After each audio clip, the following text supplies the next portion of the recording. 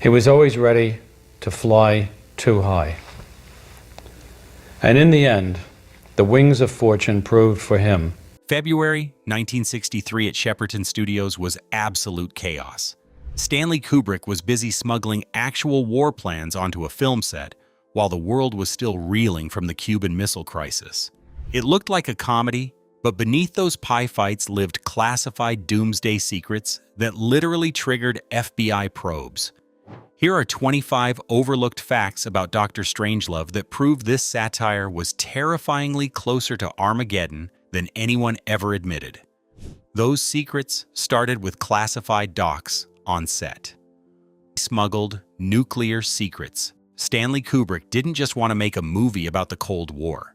He wanted to get inside the head of the machine, even if that meant playing a dangerous game with national security. When production kicked off at Shepperton Studios in February 1963, the world was still catching its breath after the Cuban Missile Crisis. The tension was suffocating, but Kubrick was already buried in a stack of classified SAC war plans he had somehow managed to smuggle onto the set. He was obsessed with getting the details right, and he wasn't about to let government secrecy stand in his way. Fact 1. The smuggled SAC manuals. Here's the thing. Kubrick didn't just guess what a nuclear launch looked like. He actually acquired a Strategic Air Command manual that was strictly classified at the time. He used these smuggled documents to brief his crew on the exact protocols for a nuclear strike, which is why the atmosphere on set felt less like a movie studio and more like a high-stakes war room. He was literally using the government's own playbook to satirize them. Now, to understand why those SAC manuals mattered, you have to look at where this story actually started. Originally, Kubrick wasn't making a comedy. He bought the rights to a dead-serious thriller called Red Alert by Peter George. He spent months obsessing over the math of a fail-safe point, that exact coordinate in the sky where a bomber crew can't be recalled. But here is the kicker. The more he read those smuggled manuals, the more he realized that the official protocols were so absurd they were practically already a parody. He found a specific detail about the CRM-114 radio, a device that could only receive messages if a secret three-letter code was known. Kubrick realized that if one man went mad, the entire logic of the Pentagon would actually help him destroy the world. He literally couldn't write it as a drama anymore because the truth was too ridiculous to be taken seriously. Fact 2. The Ripper Paranoia Briefings. Now here is where it gets interesting. To get Sterling Hayden into the headspace of the unhinged General Jack D. Ripper, Kubrick had him isolated behind heavy curtains on set. He would feed Hayden real paranoid briefings that mirrored declassified SAC doctrine almost word for word. Hayden wasn't just acting out a crazy general. He was reciting the actual twisted logic that kept the military up at night. It's chilling when you realize those weren't lines written for laughs. They were echoes of the actual, lethal paranoia that nearly ended the world. Fact 3. The Real Rand Mineshaft Study. Then there is the famous mineshaft gap. People assumed it was a joke, a bit of absurdity thrown in to make the audience giggle. But it actually came straight from real Rand Corporation studies. Those were the same white paper analysts who were crunching the numbers on city-kill ratios for the Pentagon. Kubrick had wargamer consultants feeding him the exact data, and he used their own math to show how insane the whole operation truly was. It's the ultimate irony, isn't it? He used the very documents that were supposed to plan our destruction to show us how ridiculous the plan actually was. It makes you wonder, have you ever stumbled across declassified documents that just chilled you to the bone? It's wild to think about how much of our history was hidden behind stamps that said top secret while we were all just sitting in the dark. But those secrets didn't stay on paper. They flew straight into the cockpit of a B-52, and the reality they found there was even more terrifying than the script. B-52 set sparks FBI probe. Now, here is where the production moved from simple research into territory that actually started to look like espionage. Kubrick knew the heart of the movie lived inside that B-52 bomber, But there was a massive problem. The United States Air Force absolutely refused to cooperate. They wouldn't let him near a real plane. They wouldn't provide props, and they certainly weren't going to share blueprints. So Kubrick turned to his production designer, Ken Adam, and told him to just figure it out. What happened next was so eerily accurate that it actually triggered a federal investigation. Fact 4. The accidental blueprint. Here's the thing. Ken Adam had to build that cockpit based on a single photograph he found in a magazine and his own intuition. But get this, when the film finally came out, the interior of the B-52 was so precise that it matched classified big blast modifications that weren't even declassified until the 1980s. Adam had accidentally sketched secret fuel tank configurations and instrument layouts that matched the Air Force's top-secret upgrades exactly. He didn't have the plans, but his imagination was so on the money that it looked like he'd stolen them. Let's talk about the big blast mods for a second, because this is where Ken Adams' genius becomes almost terrifying. He didn't just guess the cockpit, he figured out the ergonomics of doomsday. He realized that a B-52 crew would need to operate in cramped, windowless environments for hours under extreme G-force. He designed the CRM-114 discriminator panel with a specific tactile click that matched actual military hardware of the era. When Air Force generals finally saw the film, they weren't just mad about the fuel tanks. They were spooked by the permissive action links. These were the secret codes required to arm the nukes. Adam had placed the switches in the exact sequence that real pilots used. It's one thing to draw a plane. It's another to accidentally reverse engineer the most secret user interface in the American arsenal using nothing but a black and white photo from a 1950s aviation magazine. Fact 5. The FBI's January visit. Now here is where it gets really intense. In January 1964, the FBI actually visited Kubrick.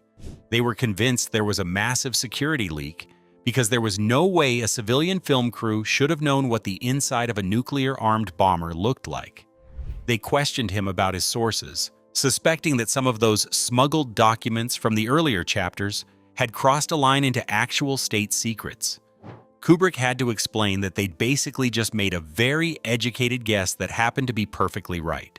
Fact 6. The total Air Force ban. Because of that paranoia, the Air Force took a hard line against the movie. They wouldn't allow a single B-52 flyover shot for the production. If you watch the film closely, every single shot of the bomber in flight is actually a 10-foot scale model being moved across an elaborate tabletop landscape of the Arctic. Kubrick had to spend a fortune on special effects because the military was terrified that even seeing the plane on screen would give away tactical secrets. It's absolutely wild that a movie set out accurate official government leaks. Kubrick's team was so focused on realism that they basically out-engineered the Pentagon from a soundstage in England. It makes you wonder, do you think Kubrick's set would even pass a security clearance today? Or would they have shut him down before the first frame was even shot?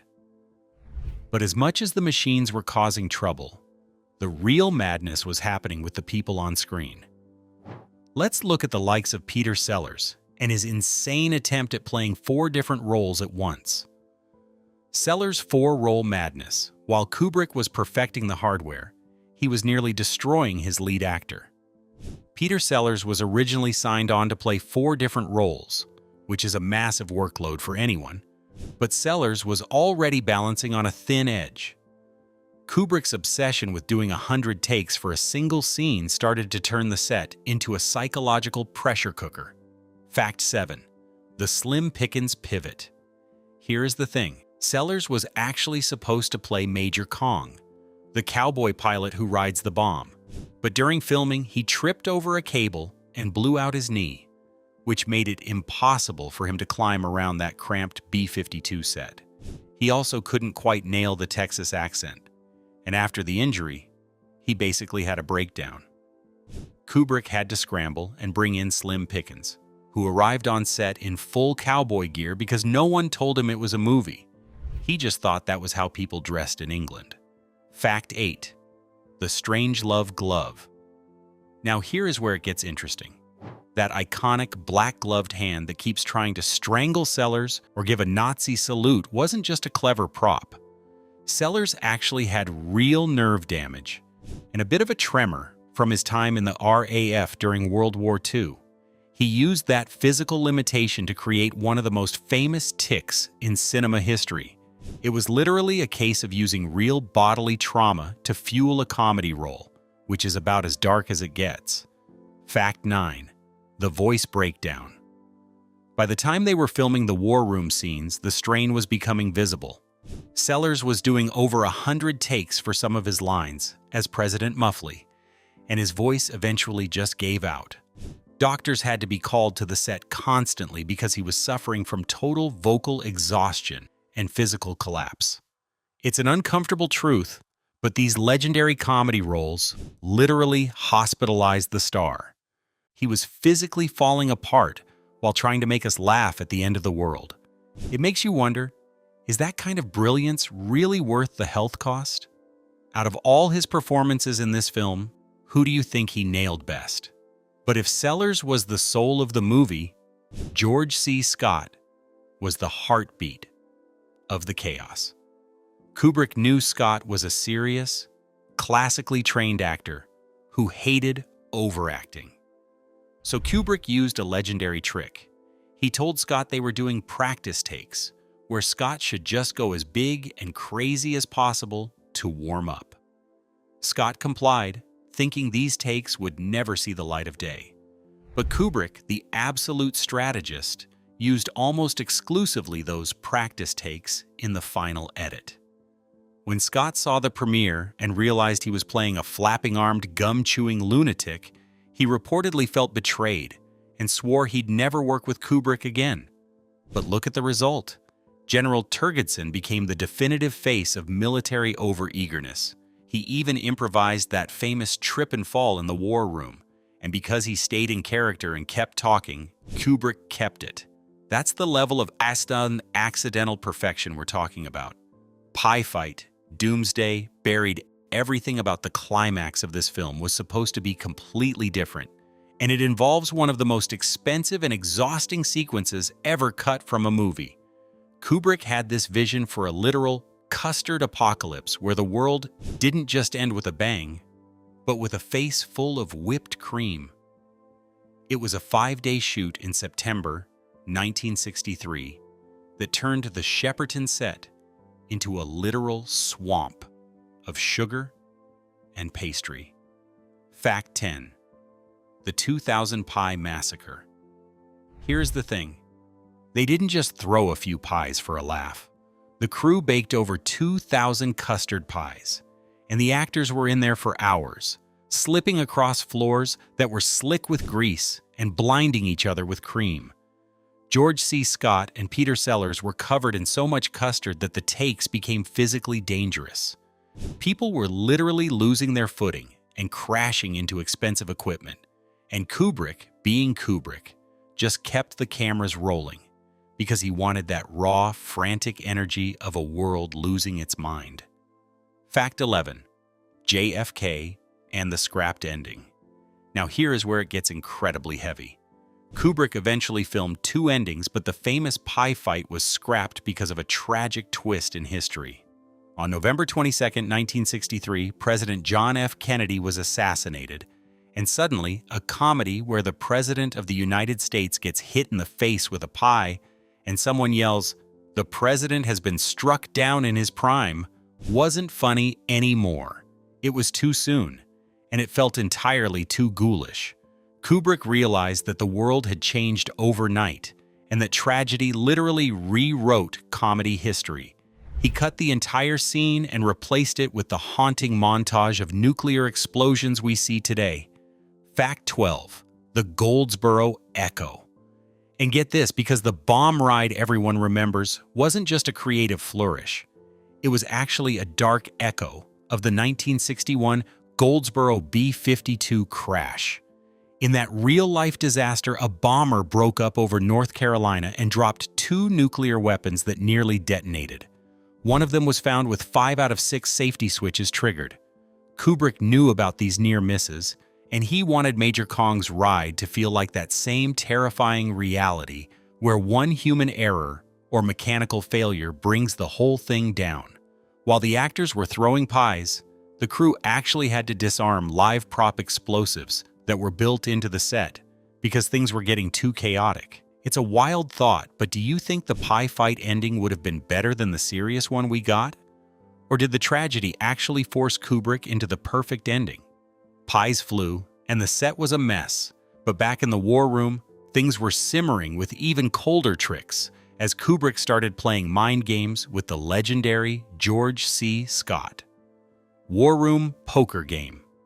While the B-52 set was a miracle of accidental espionage, the War Room was where Kubrick practiced his most subtle psychological warfare. He didn't just want a big room. He wanted a space that felt like a high-stakes casino where the world's survival was the primary ante. This was a place designed to make the actors feel like they were gambling with existence itself. Fact 13. The austere green baize. If you look at that massive circular table, you might notice something specific about the surface. It was covered in green baize, the same fabric you'd find on a high-end poker table.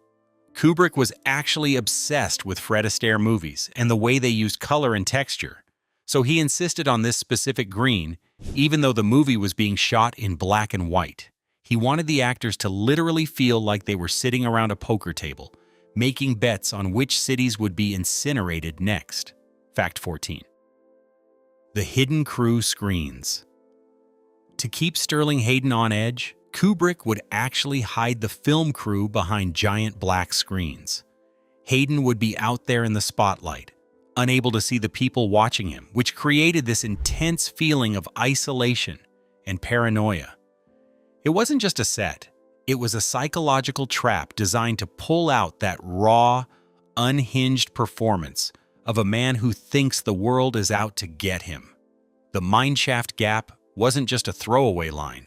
It was a biting critique of the military-industrial complex that Eisenhower had just warned everyone about in '61. In the RAND studies Kubrick was reading, analysts were legitimately calculating the cost-benefit ratio of keeping a segment of the population underground for 20 years to reseed the Earth. They were looking at ratios of 10 women to every 1 man. Think about the psychological state of a room full of men in suits discussing breeding potential while the world burns above them. Kubrick realized the real horror wasn't the bomb. It was the people who were already planning their post-apocalyptic social lives before the first missile even launched. He was exposing the fact that for the whiz kids in the Pentagon, nuclear war was just another spreadsheet to be managed. Fact 15. The real stakes. The poker vibe wasn't just for the cameras. Between takes, the actors would stay in character and actually play real games of poker on that fatal table. They were gambling with real money while surrounded by maps of nuclear targets. It created this eerie, undeniable truth where the actors started behaving exactly like their characters, treating the end of the world like a game of chance. Was the war room table a stroke of genius prop work or just a weird gimmick? Either way, it turned a movie set into a pressure cooker. But those mind games were just the foundation for some of the most legendary improv in film history. Censored and improv bombs, Kubrick was a perfectionist, but he also knew when to let the chaos take over. Some of the most famous moments in this film weren't actually in the script, and some of the things that were in the script were considered so dangerous that the censors had to step in. It's this weird mix of accidental genius and military suppression that makes the final cut feel like it's vibrating with secrets. Fact 16. The precious fluids filter. Here's the thing. General Ripper's obsession with precious bodily fluids is legendary, but in the raw, earlier drafts, that dialogue was way more explicit and aggressive. The censors in 1963 were already sweating over a movie that made light of nuclear war, so they forced Kubrick to soften the language by making the dialogue a bit more vague and bizarre It made Ripper sound even more insane. It turned a dirty joke into a terrifying manifesto on biological purity that felt like actual psychiatric clinical notes.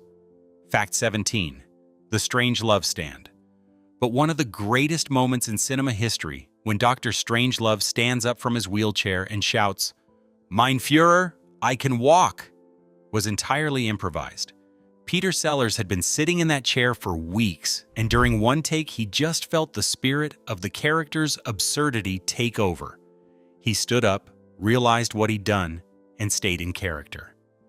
Kubrick loved the sheer madness of it so much that he kept it as the emotional climax of the film. It was a pure accident that perfectly captured the theme of the movie.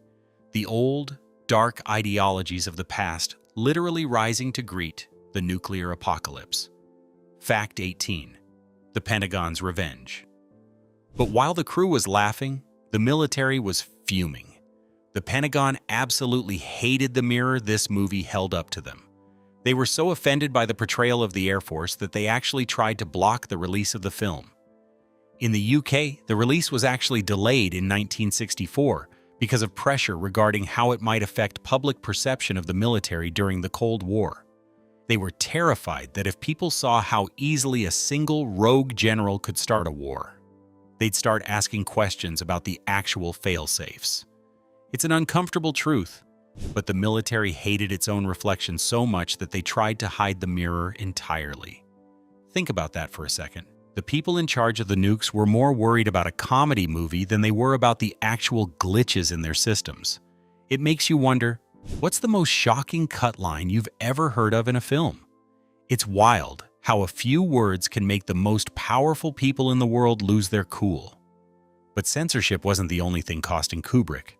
The price of this satire went way beyond hurt feelings, and it started hitting the production right where it hurt: the budget and the clock. Production hell costs. Kubrick didn't just make movies, he waged a war of attrition against his own budget and crew. By the time they were deep into filming, the pressure of the post-crisis world was bleeding onto the set, and the cost of his legendary perfectionism was starting to look like financial harm. He was burning through cash and people at a rate that made the studio executives physically ill. Fact 19. The 235-take phone scene. Here's the thing. You know that awkward, hilarious phone call between President Muffley and the Soviet premier? Kubrick didn't just capture that magic in a few tries. He forced Peter Sellers to do certain portions of those phone monologues over 235 times. It wasn't just about the words. It was about the exact rhythm of the stuttering and the silence. Sellers was basically a shell of a human by the end of that day, but Kubrick wouldn't stop until the timing was precisely, mathematically perfect. Fact 20. The $2 million overrun. Now here is where it gets painful for the accountants. The film was originally supposed to be a lean, million-dollar thriller. But because of the endless takes and the constant rebuilding of the B-52 and War Room sets, the budget literally doubled to $2 million. In 1963, that was an astronomical jump for a movie that was essentially people talking in rooms. He was gambling the studio's entire future on the idea that people wanted to laugh at their own extinction. Fact 21. The axed writers. But wait, the money wasn't the only thing he spent. Kubrick was notoriously brutal with his collaborators. He fired his original writers mid-shoot because they couldn't pivot fast enough from the serious tone of the source novel, Red Alert, to the dark satire he wanted. He basically cleared the room and brought in Terry Southern to inject that razor-sharp cynicism while the cameras were practically already rolling. Think about that for a second. Kubrick was a total tyrant on set. But would we have this masterpiece if he'd played nice? Was his brand of perfection worth the absolute hell he put everyone through? That production hell was intense, but it actually served as the perfect inspiration for the monsters on screen, specifically, the man who gave the movie its name. Strangelove's Nazi roots.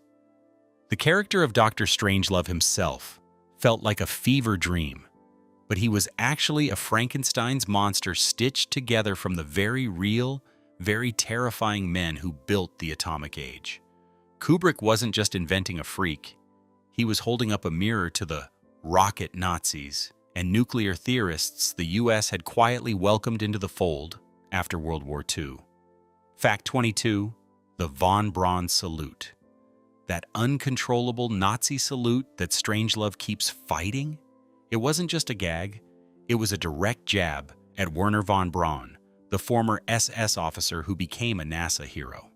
Kubrick and Sellers saw the absurdity of a man who once built V-2 rockets for Hitler, now being the face of American progress.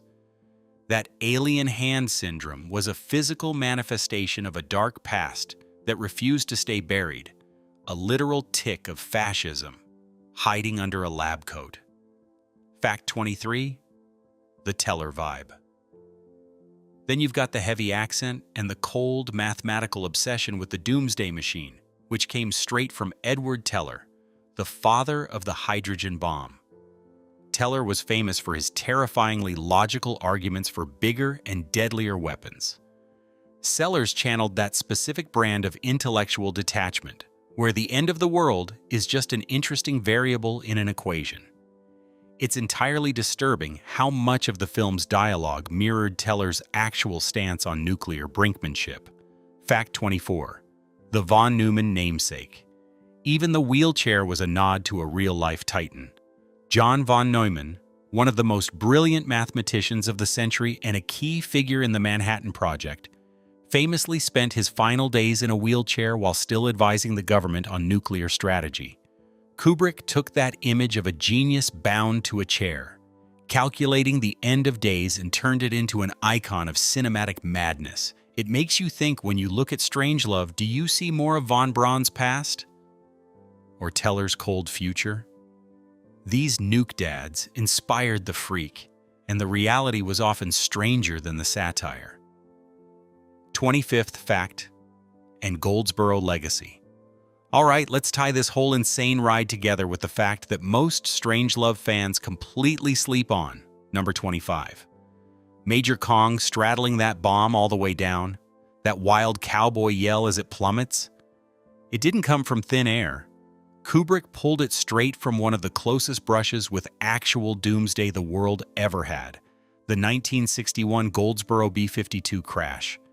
Picture a U.S. bomber breaking apart mid-air over North Carolina farmland. One hydrogen bomb parachutes safely, but the other? It slams into the soil at 700 miles an hour, arming itself through 3 of its 4 safety switches. The uranium cores just seconds from a full thermonuclear blast that could have wiped Goldsboro and beyond right off the map. They'd never admit how close till declassified docs in 2026 spelled it out, showing the switch that saved everything was a fluke, a single low-voltage arm that didn't trip. And get this, Kubrick had those early reports in his research pile, the ones whispering about bombs hanging by threads, literally fueling Kong's ride into legend. Now here's where it gets even weirder. Remember that pie fight chaos we talked about earlier, the one that buried the serious endings? Turns out it was the perfect shield for truths like this. While world leaders chuck cream pies on screen, Kubrick sneaks in echoes of real near misses that had SAC generals sweating in bunkers. The Goldsboro incident got hushed up for decades, marked as a broken arrow exercise, but the script's bomb bay sequence nails the absurdity, that one loose thread between routine flight and mushroom cloud. It's like Kubrick's saying, yeah, laugh at the lunacy, but don't forget how paper-thin the margin was. One flick, one glitch, and 1961 North Carolina plays out the film's finale for real. Think about that for a second. A comedy made in the shadow of actual Armageddon hares, warning us through satire because straight facts were too terrifying. Did this movie shift how you see those old nuke alerts popping up in the news even now? And just like that, we've unpacked all 25 facts real fans still miss. From smuggled war plans to this Goldsboro gut punch. Kubrick didn't just mock the madness, he mirrored it, pie shield and all. Tell us down below which among these facts surprised you the most. And until next time, stay curious.